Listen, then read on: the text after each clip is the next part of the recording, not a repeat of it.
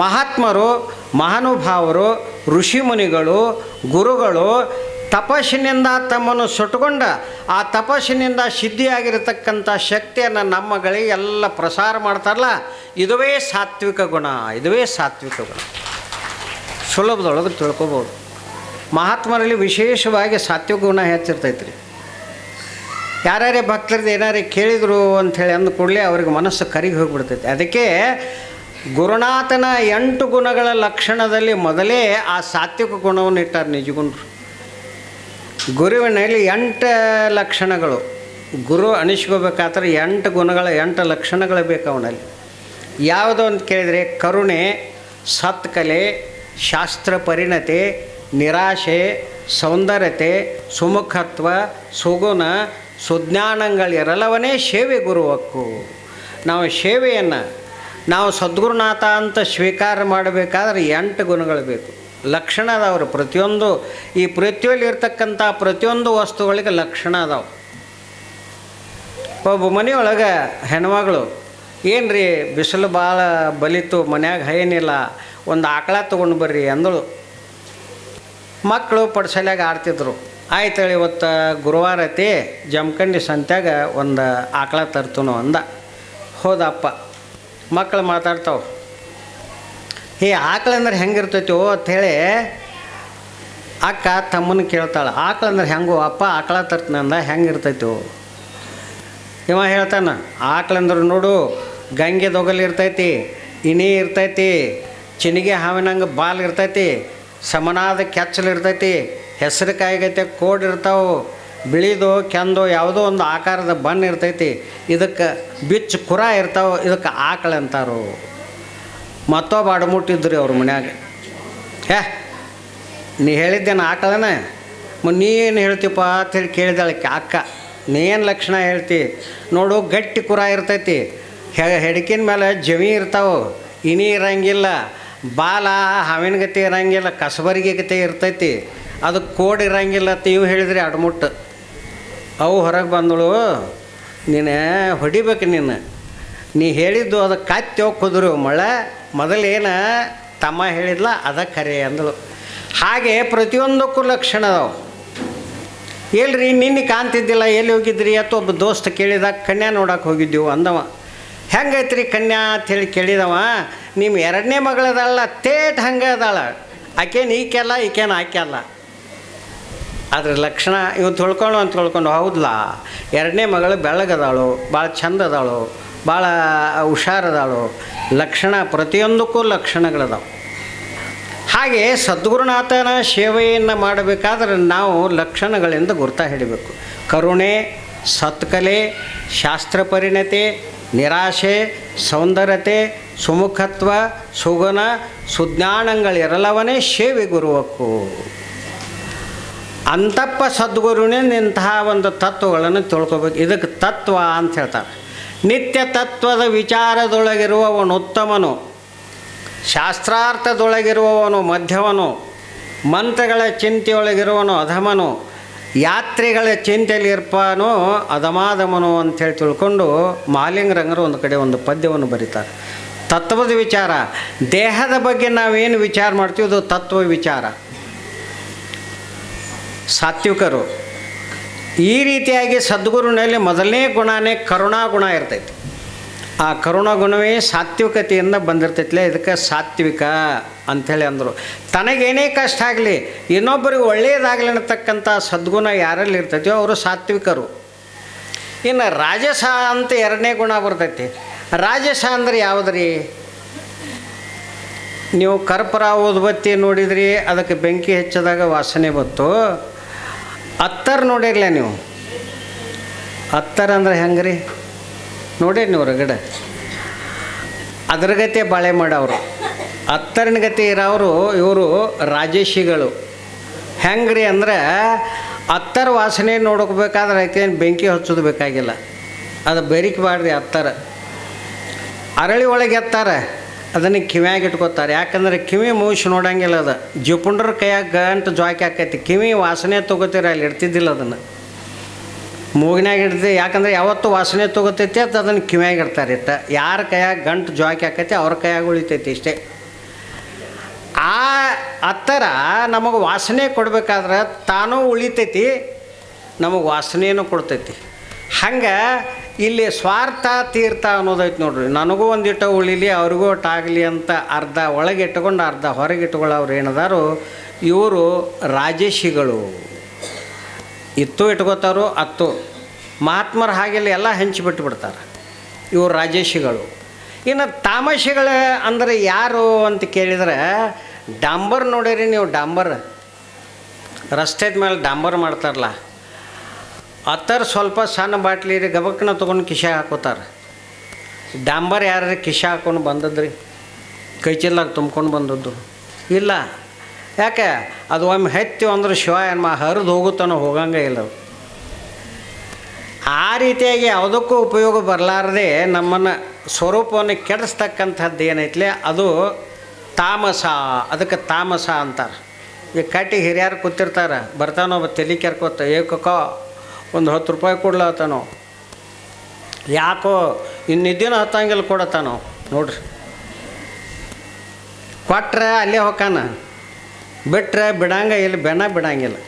ಕೊಡ್ಕಕ್ಕ ಬ್ಯಾಸತ್ ತೊಗೊಂಡು ಹೋಗತ್ತೇಳಿ ಹತ್ತಿರ ನೋಟ್ ಹೋಗೋದಂದ್ರೆ ಅಲ್ಲೇ ಹೋದ, ಒಳಗೆ ಒಕ್ಕೊಂಡ ಬಂದು ಎಲ್ಲಿ ಬಿದ್ದ ಅಂದರೆ ತಿಪ್ಪಿ ಮೇಲೆ ಬಿದ್ದ. ತಾಮಸ ಗುಣದ್ದು ಹೇಳ್ತಾನ. ಯಾಕೋ ಹಿಂಗ್ಯಾಕೆ ಬಿದ್ದೈತೆ ಯಾರಿಗೆ ಕೇಳಬೇಕು, ನಾವು ಲೋಕದ ಚಿಂತೆ ಮಾಡೋಕತ್ತೀನತ್ತ. ನಾವು ತನಗೆ ಗೊತ್ತಿಲ್ಲ, ಲೋಕದ ಚಿಂತೆ ಮಾಡ್ತಾನ. ತಂದು ಗೊತ್ತಿಲ್ಲ, ಹೊಲ ಗೊತ್ತಿಲ್ಲ, ಮನೆ ಗೊತ್ತಿಲ್ಲ, ಏನೇನೂ ಗೊತ್ತಿಲ್ಲ. ಇದು ತಾಮಸ. ಇದಕ್ಕೆ ತಾಮಸ ಆತಾರೆ. ಕರ್ನಾಟಕದ ಒಬ್ಬ ಕುಡಕ್ಕೆ ಮಹಾರಾಷ್ಟ್ರಕ್ಕೆ ಹೋಗಿದ್ದತ್ರಿ. ಹೋಗಿ ಅಲ್ಲಿ ಹೋಗಿ ಅದ ಕೆಲಸನ ಮಾಡಿದ. ಕುಡ್ದು ಗಟಾರ ಮೇಲೆ ಬಿದ್ದಿದ್ದ. ಪೊಲೀಸ್ ಬಂದ, ಊಟ ಅಂದವ. ನೀವು ಎಚ್ಚರಾಗಿ ನೋಡಿದ, ಊಟ ಅಂದವ. ಅವನು ನಮ್ಮಲ್ಲಿ ಕುಡಿದು ಬಿದ್ದರು, ಬೂಟ್ಗಲ್ಲಿ ಒದಿತಾರು. ಇವರು ಊಟತ್ತು ಕೇಳಕತ್ಯಾರ ಪೊಲೀಸರೇ ಅಂದವ. ಏನು ಮಾಡ್ತೀವಿ, ಊಟ ಅಂದ್ರೆ ಊಟ ಮಾಡಿದಿಲ್ಲೋ ಅಂತ ಕೇಳಿದಂಗೆ ಆತಿ ಹೋಗಿ. ಇದು ಯಾವುದು ಅಂತ ಕೇಳಿದರೆ ತಾಮಸ ಗುಣ. ಇವು 3 ಗುಣಗಳು ನಮ್ಮನ್ನು ಬಂಧನದೊಳಗಿಟ್ಟಾವು. ಸತ್ವಂ ರಜಸ್ತಮ ಇತಿ ಗುಣಾಃ ನಿಬಧ್ನಂತಿ ಮಹಾಬಾಹೋ ದೇಹಿ ನಮ್ಮವೇಯ ಅಂತ ತಿಳ್ಕೊಂಡು. ಹೀಗೆ ಈ ಗುಣಗಳ ಬಗ್ಗೆ ಯಾಕೆ ಬತ್ತು ಮಾತಾ ಅಂತ ಕೇಳಿದರೆ, ದೇವಿ ಪುರಾಣದೊಳಗೆ ಬರತಕ್ಕಂಥ ವಿಷಯ ಇದು. ಪರಮಾತ್ಮನಿಂದ ಸೃಷ್ಟಿ ತಯಾರಾಯಿತು. 3 ಗುಣಗಳು ಮಾತ್ರ ಎಲ್ಲರನ್ನೂ ಸುತ್ತ ಹಾಕಿದ್ವು. ಅವುಗಳಲ್ಲಿ ದೈತ್ಯರು ಅಂಥೇಳಿ ತಿಳ್ಕೊಂಡು ದುಷ್ಟ ಶಕ್ತಿಗಳು ಉದ್ಭವ ಆಯಿತು. ಅವರಲ್ಲಿ ಮುಖ್ಯವಾಗಿರ್ತಕ್ಕಂಥವ ಯಾರು ಅಂತ ಕೇಳಿದರೆ ಮಹಿಷಾಸುರ ಅಂತಕ್ಕಂಥ ದೈತ್ಯ ಉದ್ಭವ ಆದ. ಮಹಿಷಾಸುರ. ಮಹಿಷ್ ಅಂದ್ರೆ ಏನು ರೀ ಅರ್ಥ? ಎದಕ್ಕತ್ತಾರು? ಮಹಿಷ್ ಅಂದ್ರೆ ಕ್ವಾಣಿಗೆತ್ತಾರ. ಅವು ಕ್ವಾಣಿನ ಗತಿ ಇದ್ದ, ಅದಕ್ಕೆ ಮಹಿಷಾಸುರ ಅಂತೇಳಿ ತಿಳ್ಕೊಂಡು ಹೆಸರು. ಈಗ ಅವನದು ಪೂಜೆ ಮಾಡ್ಬೇಕಂತೇಳಿ ನಡೆದೈತಿ. ಮತ್ತು ಏನು ಕಾಲಕ್ಕೆ ಏನಾಕೈತಿ ಆಕೈತಿ ಆಗಲಿ. ಮಹಿಷಾಸುರ ಅನ್ನತಕ್ಕಂಥವ ಬ್ರಹ್ಮದೇವನನ್ನು ಕುರಿತ ತಪಸ್ಸು ಮಾಡಿ, ನಾ ಯಾರಿಂದೂ ಸಾಯಬಾರದಂದ್ರಿ ಅವಂದ. ಕೊಡವ ನಾನ ಸಾಯ್ತಾನಂದವು. ನಿನಗೆ ವರ ಏನು ಕೊಡ್ತಾನಲ್ಲ, ನಾ ಬ್ರಹ್ಮ ಅಂಥೇಳಿ ನನಗೂ ಆಯುಷ್ಯ ಇತ್ತಮ್ಮ, ಆ ಸಾಯೋದೊಂದು ಬಿಟ್ಟು ಏನಾರು ಬೇಡ ಅಂದವು. ಅವಾಗ ಹೇಳ್ತಾನೆ, ನೀರಾಗ ಸಾಯಬಾರ್ದು, ಭೂಮಿ ಮೇಲೆ ಸಾಯಬಾರ್ದು, ಗಿಡದಾಗ ಸಾಯಬಾರ್ದು, ಅಲ್ಲಿ ಸಾಯಬಾರ್ದು, ಇಲ್ಲಿ ಸಾಯಬಾರ್ದು, ಎಲ್ಲಾದ್ರಿಂದ ಎಲ್ಲ ಸಾಯಬಾರ್ದು. ಪ್ರತಿಯೊಂದು ನೀ ಏನು ಸೃಷ್ಟಿ ಮಾಡಿದೆ ಅದರಾಗಿಂದು ಯಾವುದರಿಂದ ಸಾಯಬಾರ್ದು ಅಂದ. ಅವನ ಮನಸ್ಸಿನಾಗ ಒಂದು ಉಳಿತ್ರಿ, ಅದನ್ನು ಬೇಡಲಿಲ್ಲ ಅವ. ಯಾಕಂದ್ರೆ ಮುಂದೆ ಹಾದಿ ಸರಳ ಆಗ್ಬೇಕಲ್ರಿ. ಸ್ತ್ರೀಯ ಬಲೆ ಹೆಣ್ಣು ಮಗಳು ನನ್ನೇನು ಮಾಡ್ತಾಳೆ ಬಿಡು ಅಂತ ತಿಳ್ಕೊಂಡು ಸ್ತ್ರೀಯಿಂದ ಮರಣ ಆಗಬಾರ್ದು ಅಂತ ಬೇಡ್ಕೊಳ್ಳಿಲ್ರಿ ಅವ. ಅದೊಂದು ಬಿಟ್ಟ ಯಾವುದಾದ್ರು ಒಂದು ದಾರಿ ಉಳಿದೇ ಇರ್ತೈತಿ. ಹೀಗಿದ್ದಾಗ ಅವ ಬ್ರಹ್ಮಣ ವರದಿಂದ ಕೊಬ್ಬಿದವನಾಗಿ ಎಲ್ಲ ಜಗತ್ತ ವಶ ಮಾಡ್ಕೊಂಡು ಬಿಟ್ಟು ನೋಡ್ರಿ. ಎಲ್ಲ ತನ್ನ ಆದಿಂದೊಳಗೆ ನಡಿಬೇಕು ಅಂಥೇಳಿ ಅಂದು ಅವ ರಾಜ್ಯ ಭಾರವನ್ನು ಮಾಡುವಾಗ ಅವಾಗ ಮಂತ್ರಿಗಳು ಬೇಕಲ್ರಿ. ಮತ್ತು ಮಂತ್ರಿಗಳು ಬೇಕಲ್ಲ. ಅತಿಯಾಗಿರತಕ್ಕಂಥ ತ್ರಾಸು ಕೊಟ್ಟಾಗ ಎಲ್ಲ ದೇವತೆಗಳು ಸಿದ್ಧರು, ಸಾಧ್ಯರು, ಋಷಿಗಳು ಎಲ್ಲರೂ ಬ್ರಹ್ಮಲೋಕಕ್ಕೆ ಹೋಗಿ ಬ್ರಹ್ಮದೇವನ ಮುಂದೆ ಪ್ರಾರ್ಥನೆಯನ್ನು ಮಾಡ್ತಾರಪ್ಪ, ದೈತ್ಯ ನೀನೇ ವರ ಕೊಟ್ಟಿದೆ, ಮಹಿಷಾಸುರ ನಮ್ಮನ್ನು ಭಾಳ ಕಾಡ್ಲಕತ್ಯಾನು. ಆವಾಗ ಬ್ರಹ್ಮದೇವಂದ, ನಾನು ಒಬ್ಬನಿಂದ ಸಾಧ್ಯ ಇಲ್ಲ, ಜಗತ್ತಿಗೆ 3 ಮಂದಿ ಇದೀವಿ ನಾವು, ಬ್ರಹ್ಮ ವಿಷ್ಣು ಮಹೇಶ್ವರ ಅಂತ ತಿಳ್ಕೊಂಡು ಅವ್ರನ್ನೂ ಕೇಳು ನಡ್ರಿ ಅಂಥೇಳಿ ಕೈಲಾಸಕ್ಕೆ ಕರ್ಕೊಂಡು ಹೋಗ್ತಾನೆ. ಅಲ್ಲಿ ಹೋದಾಗ ಪರಮಾತ್ಮ ಇಲ್ಲಪ್ಪ ಇದು ಸಮಸ್ಯೆ, ಇನ್ನೊಬ್ಬದ ನಮ್ಮ ಜೋಡಿ ಅಲ್ಲಿ ಹೋಗೋನು ಅಂತ ತಿಳ್ಕೊಂಡು ಎಲ್ಲರೂ ವೈಕುಂಠ ಲೋಕಕ್ಕೆ ಹೋಗ್ತಾರೋ. ಅಲ್ಲಿ ಎಲ್ಲರ ಸಮೂಹ ಸಮ್ಮಿಲನ ಆಗ್ತೈತಿ. ಆವಾಗ ಅವರು ವಿಚಾರ ಮಾಡ್ತಾರೆ. ವಿಚಾರ ಮಾಡಿದಾಗ ಯಾರಿಂದ ಆಗಬೇಕಿದು? ಸೃಷ್ಟಿ ಒಳಗಿರ್ತಕ್ಕಂಥ ಎಲ್ಲವುಗಳಿಂದನೂ ಆಗಬಾರ್ದು ಮರಣ ಅಂತ ಅವ ಬೇಡ್ಕೊಂಡಾನ ಮಹಿಷಾಸುರ. ಉಳಿದದ್ದೇನ ಅಂತ ವಿಚಾರ ಮಾಡಿದಾಗ ಆವಾಗ ಏನು ವಿಚಾರ ಬತ್ತಂದ್ರೆ, ಹೆಣ್ಮಗಳಿಂದ ಮಾತ್ರ ಮರಣ ಆಗಬಾರದು ಅಂತ ಬೇಡ್ಕೊಂಡಿಲ್ಲ. ಇದು ಬರೋಬ್ಬರಿ. ನಾವೆಲ್ಲರೂ ಕೂಡಿ ಆ ಪರಾಶಕ್ತಿಯನ್ನು ಪ್ರಾರ್ಥನೆ ಮಾಡೋಣ. ಆ ತಾಯಿನೇ ಬಂದು ಆ ಮಹಿಷಾಸುರನ ಸಂಹಾರ ಮಾಡ್ತಾಳು ಅಂತ ತಿಳ್ಕೊಂಡು ಯಾವ ಆ ದೇವತೆಗಳೆಲ್ಲರೂ ಕೂಡಿ ಏನು ಮಾಡಿದರು ಅಂತ ಕೇಳಿದರೆ, ಆ ವಿಷ್ಣು ಪರಮ ಕೋಪದಿಂದ ಏನು ಮಾಡಿದ ಅಂದ್ರೆ ಮೇಲ್ಗಡೆ ನೋಡಿದ. ಶೆಟ್ಟ ಯಾವುದರಿಂದ ಬರ್ತೈತಿ ಅಂತ ಕೇಳಿದ್ರೆ ಅಗ್ನಿಯಿಂದ ಬರ್ತೈತಿ ರೀ. ಮೈ ಒಳಗೆ ಅಗ್ನಿ ಅಂಶ ಏನೈತಿಲ್ಲ ಆ ಶೆಟ್ಟು ಬರ್ತೈತಿ. ಅಗ್ನಿ ಯಾವ ಕಡೆ ಉರಿತೈತಿ ರೀ? ಕೆಳಗೆ ಉರಿತೈತೋ ಮೇಲ್ಮುಖ ಹಾಗೆ ಉರಿತೈತೋ? ಮೇಲ್ಮುಖ. ಶೆಟ್ಟು ಬಂದ ಮನುಷ್ಯ ನೋಡ್ರಿ ಮೇಲೆ ನೋಡ್ತಿರ್ತಾನೆ, ನಾವು ತೆಳಗೆ ನೋಡಂಗಿಲ್ಲ. ಕೋಪ ಯಾವುದರಿಂದ ಬರ್ತೈತೆ? ಅಗ್ನಿಯಿಂದ. ಅದಕ್ಕೆ ಪರಮಾತ್ಮ ಏನು ಮಾಡಿದ, ವಿಷ್ಣು ಪರಮಾತ್ಮ ಮ್ಯಾಲೆ ನೋಡಿಬಿಟ್ಟು ಶಿಟ್ಟಿಲೆ ಅವನ ಮುಖದಿಂದ ಜ್ವಾಲೆ ಶೆಡ್ಲು ಬಿಡ್ದಂಗೆ ಜ್ವಾಲೆ ಹೋಗಿ ಮ್ಯಾಲೆ ಆಕಾಶದೊಳಗೆ ನಿಂತು ಆ ಕಡೆನೇ ಪರಮಾತ್ಮನು ನೋಡಿದ. ಅವನ ಶಕ್ತಿನೂ ಅಲ್ಲಿ ಹೋತು. ಬ್ರಹ್ಮದೇವ ನೋಡಿದ, ಅವನ ಶಕ್ತಿನೂ ಅಲ್ಲಿ ಹೋತು. ಅಂತರಿಕ್ಷಕ್ಕೆ ಹೋಗಿ ದೇವತೆಗಳು, ಸಿದ್ಧರು, ಸಾಧ್ಯರು, ಋಷಿಗಳು, ಮುನಿಗಳು ಯಾವ ಕಡೆ ಪರಮಾತ್ಮ ನೋಡಿದ್ದು ಆ ಕಡೆ ಎಲ್ಲ ನೋಡಿಬಿಟ್ರು. ಎಲ್ಲರ ದೇಹದೊಳಗಿನ ಶಕ್ತಿ ಹೋಗಿ ಅಲ್ಲೇ ದೊಡ್ಡ ಬೃಹದಾಕಾರವಾಗಿರ್ತಕ್ಕಂಥ ಪರ್ವತದ ರೂಪದಿಂದ ದಗ ದಗ ದಗ ಉರಿತ ಒಂದು ಅಗ್ನಿಸ್ತಂಭ ನಿಂತು. ಆವಾಗ ಆ ಅಗ್ನಿಸ್ತಂಭ ಬರಬಾರ್ತ ನಾರಿ ರೂಪ ತಳೀತು. ಯಾಕಂದರೆ ಇವರು ಜಗನ್ಮಾತೆ ಆದಿಶಕ್ತಿಯನ್ನು ಪ್ರಾರ್ಥನೆ ಮಾಡಿ ನೋಡಿದ್ರಲ್ಲ, ಆ ಶಿಟ್ಟ ಅಗ್ನಿ ಪರ್ವತದ ಹಾಗೆ ನಿಂತ ಯಾವ ನಾರಿ ರೂಪವನ್ನು ತಳೆದು ನಿಂತಾಗ ಆವಾಗ ಒಬ್ಬೊಬ್ಬರು ತಮ್ಮ ತಮ್ಮ ತೇಜಸ್ಸನ್ನು ಆ ತಾಯಿಗೆ ಅವರು ಕೊಡ್ತಾರೆ ನೋಡ್ರಿ. ಯಾರ್ಯಾರು ಏನೇನು ಕೊಡ್ತಾರೋ ಅಂತ ಕೇಳಿದರೆ ಭಾಳ ಸುಂದರವಾಗಿರ್ತಕ್ಕಂಥ ಮಾತು. ಕೇಶವಾದುದು ಶಿವನ ತೇಜಸ್ಸು ಅಶುದ್ಧಾಂಶಿಯೇ ನೋಡ್ರಿ, ಅಷ್ಟು ಚಂದ ಹೇಳ್ತಾರೆ. ಕೇಶವಾದುದು ಶಿವನ ತೇಜಸ್ಸು, ದಂತಗಳು ಅಜನ ತೇಜಸ್ಸು. ಎಷ್ಟು ತತ್ವಪೂರ್ಣವಾಗಿ ಕೊಡ್ತಾರೆ ನೋಡ್ರಿ. ಪರಮಾತ್ಮನ ಶಿವನ ತೇಜಸ್ಸು ಕೂದಲಾತತ್ತೆ ಆದಿಶಕ್ತಿಗೆ.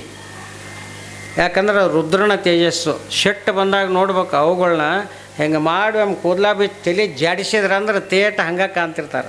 ಕಾಲಭೈರವ ರೂಪನ ಆಗಿರ್ತೈತೆ ಅಲ್ಲಿ, ಯಾರು ನೋಡಂಗಿಲ್ಲ ದಿಟ್ಟಿಸಿ. ಕೇಶವಾದುದು ಶಿವನ ತೇಜಸ್ಸು, ವಾಸುದೇವನ ತೇಜ ಭುಜಗಳು, ಎರಡೂ ಭುಜಗಳು ವಿಷ್ಣುವಿನ ತೇಜ. ಆಮೇಲೆ ಹಲ್ಲಗಳ ದಂತಗಳು ಬ್ರಹ್ಮನ ತೇಜಸ್ಸ. ಹಿಂಗೆ ಒಬ್ಬೊಬ್ಬ ದೇವತೆಗಳ ತೇಜಸ್ಸು ಹೋಗಿ ಅಲ್ಲಿ ಕುಡಿದಾಗ ನಾರಿ ರೂಪ ಸಂಪೂರ್ಣ ಆಯಿತು. ಆವಾಗ ಎಲ್ಲರೂ ತಮ್ಮ ತಮ್ಮ ವಸ್ತ್ರಗಳನ್ನು ಕೊಟ್ಟರು. ಹೀಗಾಗಿ ಆ ತಾಯಿ ಆದಿಶಕ್ತಿಯ ಸ್ವರೂಪಳಾಗಿ ಎಲ್ಲರ ಮುಂದೆ ದಗದಗಿಸುತ್ತಾ ನಿಂತಾಗ ಧರ್ಮ ಅನ್ನುವಂಥದ್ದು ಏನಾಯ್ತು ನೋಡಿ. ಪ್ರತಿಯೊಂದಕ್ಕೂ ಧರ್ಮವೇ ಕಾರಣ.